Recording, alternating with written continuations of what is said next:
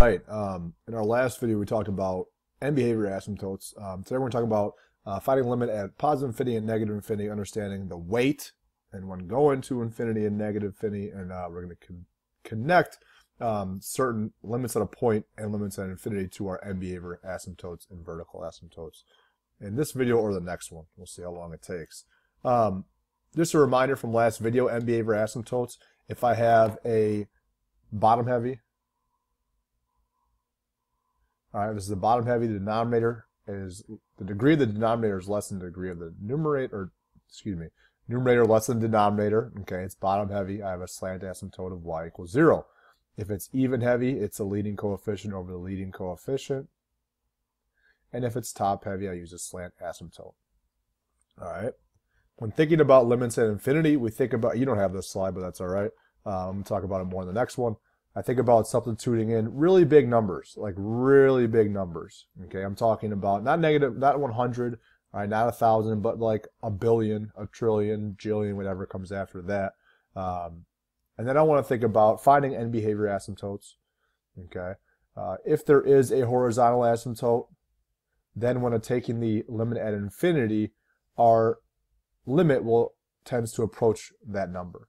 So remember, if we think about limits at infinity, what does that mean? Well, as x is going to sum, as x is getting bigger and bigger, what's our y value doing? All right, if we have slant asymptotes, okay, I want to think about the polynomials and behavior. All right, the polynomial referring to that slant asymptote. So let's think about where we mean this so you can write this part down. If I have a, if I have a bottom heavy, if my function is bottom heavy when taking the degree as the limit goes to infinity, or assessing my limit, oh my goodness, my limit as x goes to infinity or negative infinity, my limit will just be 0. Okay, it's just acting the same way. If I have a bottom heavy function, then my limit will be 0, whether it's positive infinity or negative infinity. If I have an even heavy function, all right, the limit as x approaches positive infinity or negative infinity, depending on what it says, is still going to be the leading coefficient of the numerator over the leading coefficient of the denominator. All right, in our final case, when we're talking about end behavior, we'd have a slant asymptote. When talking about the limit as x goes to infinity, as x goes to positive infinity or negative infinity, if there is a slant asymptote, then my result will either be positive infinity or negative infinity. And to assess that, well, I want to consider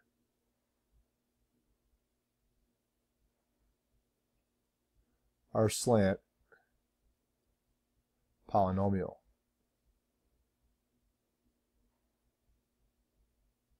Whether that's y equals mx, whether that's in slope intercept form or not.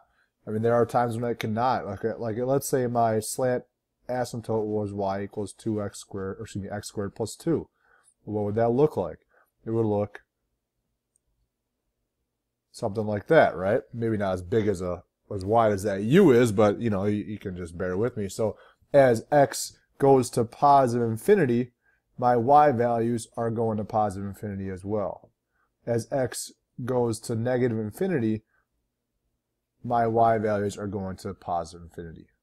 Okay, so that, if I consider a slant polynomial, it would be positive infinity for negative and positive, or as x goes to negative or positive infinity. Maybe I had the function y equals negative x plus 3. Well, that would look something like this. And as x goes to positive infinity, y is approaching negative infinity. As x goes to negative infinity, y is getting closer and closer to positive infinity. All right, so we just look at the end behavior of that slant polynomial. Okay, so let's try a couple here. How about it? The limit as x goes to positive infinity. Well, these are completely simplified, so I can't factor, which means I have to look at the degree of my polynomials. The degrees are the same. I have 5x to the first over x to the first, since the degrees are the same. I take the leading coefficient, so my limit as x goes to positive infinity is 5 over 1, or 5. Think about if I plug in really big numbers, 5 times a million minus 3, x, or 1 million plus 7. Okay, well that's still going to be like around 5 million over around a million, which is going to be about 5. All right.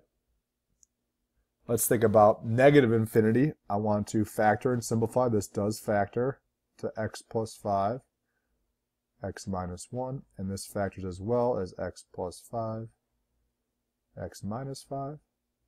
All right, so I can disregard here and just look there. Well, if you look there, our degrees on the top and the bottom and the numerator and denominator are the same. So I take the leading coefficient. So as the limit as x goes to negative infinity, leading coefficient is 1. Leading coefficient is 1. So the limit is positive 1. Well, if we think about this logically, if I plug in negative infinity, I'd have a really big negative number over a really big negative number. So it would be a negative over a negative, which would give me a positive.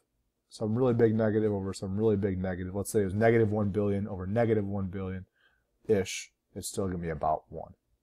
So it become positive, right? That's fun stuff. Limit as x goes to infinity. Okay, well this is a top-heavy polynomial. All right, if it's a top-heavy polynomial, my options are positive infinity or negative infinity. This also tells me that there's going to be a slant that I have to look at. All right, so I'm going to use synthetic division, so this is just as a degree of 1. So 1, I have 1, 2, negative 15. 1 comes down 1. 1 times 1 is 1.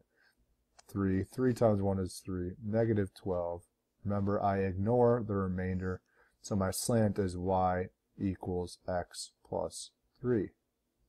Well, I want to consider the end behavior of my slant polynomial. Well, if I think about graphically my slant polynomial, 1, 2, 3, is going to look something like that. Okay?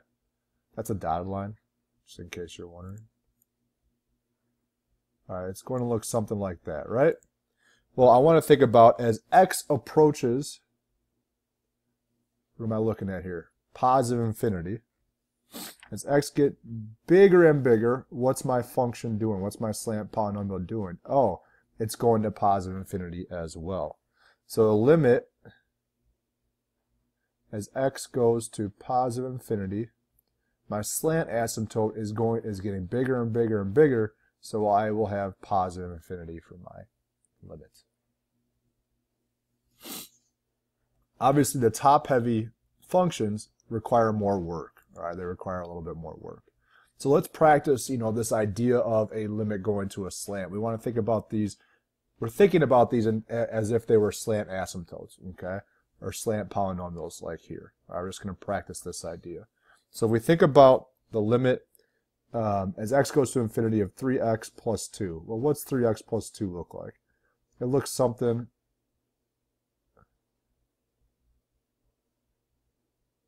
like that, okay? Or this is 1, 2. Well, let's limit as x goes to positive infinity, y goes to positive infinity as well. Oh, buckets.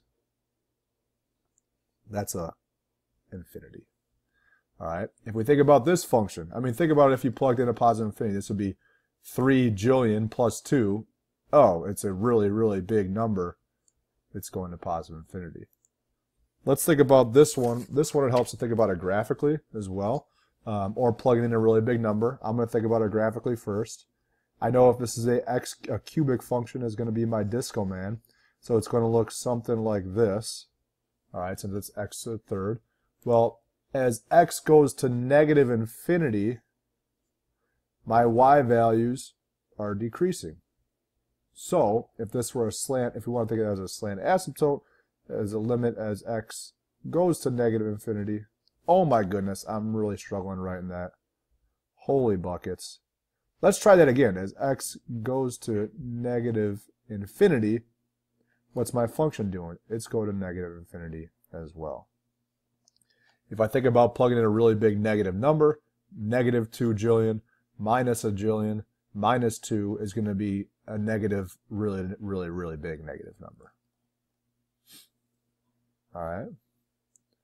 Well, let's think about this one graphically as well. This is a quartic. A quartic is going to look something like this. So as x goes to negative infinity, my function is going to positive infinity.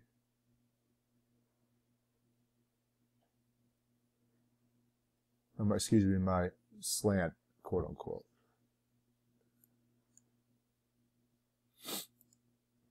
Okay, let's make these connections here. All right, let's make some connections. What I want you to do is factor and simplify this.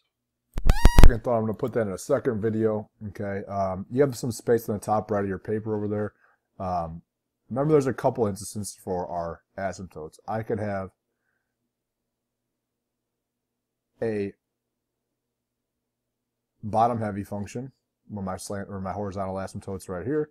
I could have an even heavy where my horizontal asymptotes are there. So remember, as x is going to infinity, what I'm looking at is x is going to infinity. If I have the horizontal asymptotes, it's going to be approaching, my limit will be approaching that number. If I have a slant,